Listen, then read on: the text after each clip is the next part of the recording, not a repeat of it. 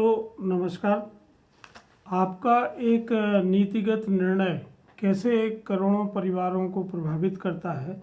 इसका प्रत्यक्ष उदाहरण है सरकार का यह निर्णय कि वह बाजार में 30 लाख मैट्रिक टन गेहूं खुले बाजार में बेचेंगे। आप जानते हैं कि पिछले 7-8 महीने से गेहूं की कमी बाज़ारों में हो रही थी और जो गेहूं का भाव है वो बहुत तेज़ी से बढ़ रहा था। इससे गेहूं से बने उत्पादों का भाव भी तेज़ी से बढ़ रहा था और गेहूं का रिटेल इन्फ्लेशन जो रेट है वो लगभग 25% के आसपास पहुंच गया था और बाज़ार में गेहूं का मूल्य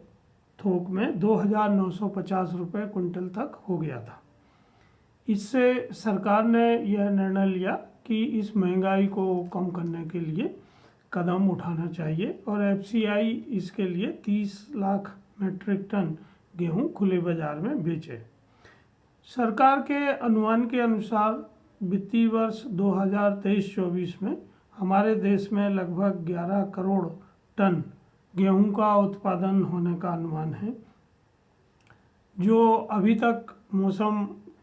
के अच्छा साथ देने के कारण बहुत अच्छी फसल है। पिछले वर्ष आप जानते हैं कि 13 मई को अचानक भारत सरकार ने गेहूं का निर्यात बंद कर दिया गया था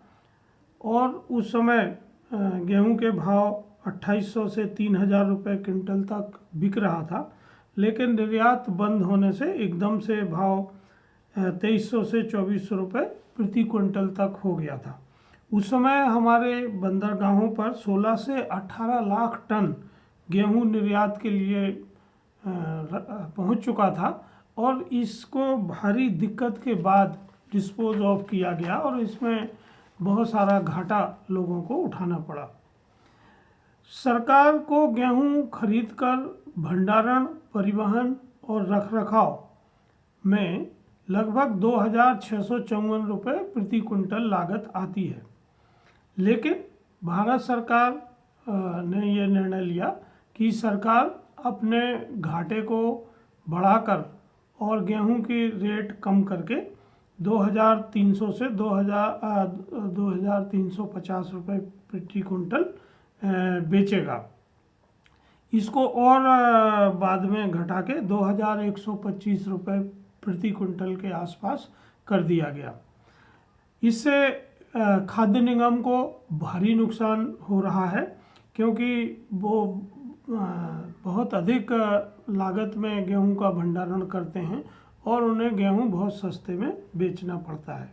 अब जो चौथी नीलामी होने वाली है उसमें लगभग 11 लाख टन गेहूं की बिक्री और होना शेष है और इसमें 2,150 रुपये का मूल्य निर्धारित किया गया है। ये तब हो रहा है जब अभी रबी सीजन का गेहूं मंडियों में आना शुरू हो गया है और किसान अपना गेहूं मंडियों में डाल रहे हैं। भारत सरकार ने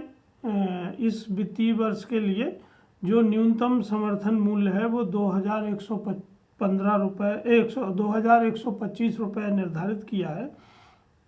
और जैसा मैंने आपको बताया कि इस वर्ष 1100 करोड़ टन से अधिक गेहूं उत्पादन होने का अनुमान है। आप जानते हैं कि एफसीआई सबसे बड़ा खरीदार है,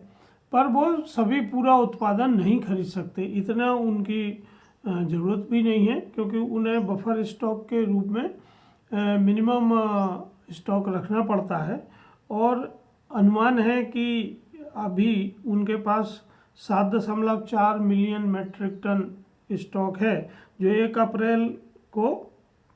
9.4 मैट्रिक टन के आसपास हो जाएगा। इससे आप अंदाज लगा सकते हैं कि मार्केट में लगभग 5 से 6 करोड़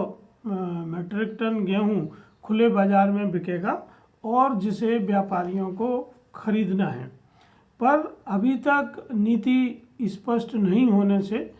व्यापारियों के मन में शंका है कि वो खरीदारी करें या ना करें और किस भाव पर करें, क्योंकि अभी आप जानते हैं कि एफसीआई के इस निर्णय के कारण मंडियों में लगभग 20 से 30% तक गेहूं के दाम घट गए हैं और इससे जो स्टॉकिस्ट हैं उनको भारी नुकसान हुआ है। जो प्रोसेसर्स हैं वो ये समझ गए हैं कि भारत सरकार किसी भी स्तर तक घाटा सह के इन्फ्लेशन को कम करेगी, लिहाजा वो भी ठहर ठहर के ही अब अपना भंडार बना रहे हैं, क्योंकि उन्हें पता है कि भारत सरकार किसी भी लेवल तक का घाटा उठाने को तैयार है। तो पिछले साल के जो उदाहरण रहे हैं और जो नीतियों में भारी परिवर्तन रहा है, उससे आप जानते हैं कि अचानक निर्यात बंद होने से निर्यातकों को घाटा हुआ। एफसीआई घाटा उठाकर बेचने से कारण स्टॉकिस्ट और जो होलसेलर्स हैं उनको घाटा हो रहा है। फसल आने के समय सस्ता बेचने के कारण किसानों को घाटा हो रहा है, और अभी भी यह स्पष्ट नहीं है कि आगामी महीनों में एफसीआई कितनी खरीद करेगी और कितना घाटा उठाकर वो और गेहूं बेचेगी यदि बाजार में भाव निरंतर बढ़ते रहे तो। स्टॉकिस्ट को स्टॉक रखने पर लिमिट भारत सरकार लगाएगी या नहीं लगाएगी? यदि लिमिट लगाएगी तो स्टॉकिस्ट स्टॉक नहीं करेंगे और वो बाज़ार से बाहर ही रहेंगे। तो इसके अलावा निर्यात खुलेगा या नहीं खुलेगा, इन सब अनिश्चितताओं के बीच में किसान मंडियों में आ रहे हैं और अपना गेहूं बेच रहे हैं। जैसे हम इन सब नीतियों से ये समझ रहे हैं कि भारत सरकार चाहती है कि गेहूं का मूल्य 2125 रुपये प्रति क्विंटल के आसपास ही रहे, जो उनने एमएसपी निर्धारित किया है। लेकिन यहाँ एक और चीज़ है, पिछली साल